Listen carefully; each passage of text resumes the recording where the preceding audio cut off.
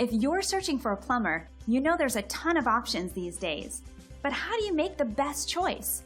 All you need are the right questions that'll make it easy to find the perfect professional who will put your mind at ease. We caught up with a local plumbing expert to get some insight on finding the right plumber for your needs. Hudson with Access Service Plumbing. Today we wanted to talk about hot water tanks and some of the issues you might have. Let's go over just the basic components of the tank.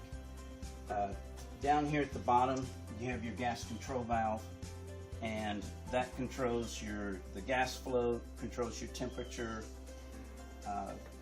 Then below here you have your boiler drain for your tank. This is where you would flush it out if you wanted to, and you should be flushing it about once a year. Up here we have the temperature pressure relief valve, also called a TMP valve. If the tank gets too hot or if there's too much pressure that's built up, it'll release the water and it'll come down this copper tube to the floor drain. Then you also have your gas supply line coming into your tank, and this is the shut off here for the gas line. Then at the top of the tank you have your inlet side where the cold water comes in, your outlet side where the hot water comes out, and then you have your exhaust vent that goes up through the roof. Also, you should have an emergency shut-off valve back here at the back, a ball valve or a gate valve that you can shut the tank off if you have any issues with it.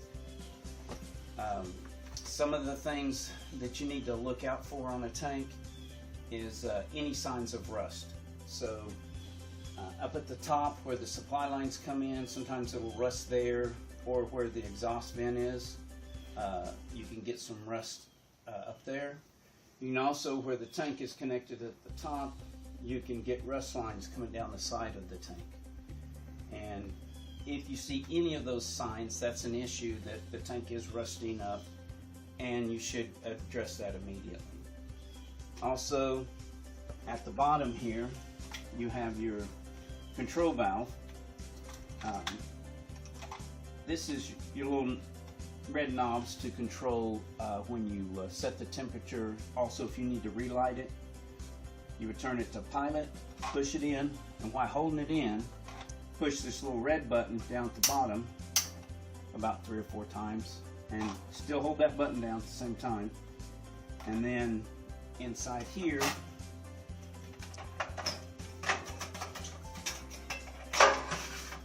you can see a little sight glass. You can look in there and you can see that there's a flame. Once you hold it long enough on these electronic valves, it'll give you a little white flashing light. That lets you know that it's okay, and then you can rotate it to whatever set temperature you want. I suggest setting them around between 120 to 130. You get temperature above that, someone could get burnt. If it gets up to 160 degrees, it takes about a half a second for someone to get a 3rd degree burn.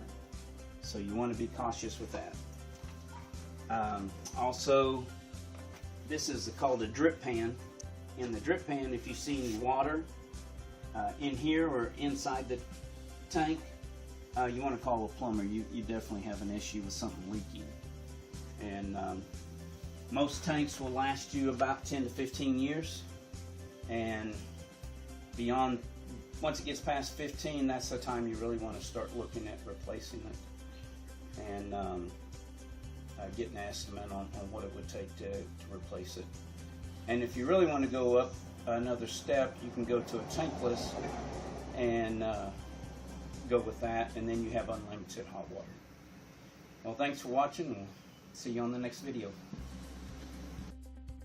Wow, that's pretty incredible, isn't it? Now you have some great tips to find just the right professional that will help you along. Would you like to learn more? Just contact our featured expert at the number on your screen. Thanks for joining us.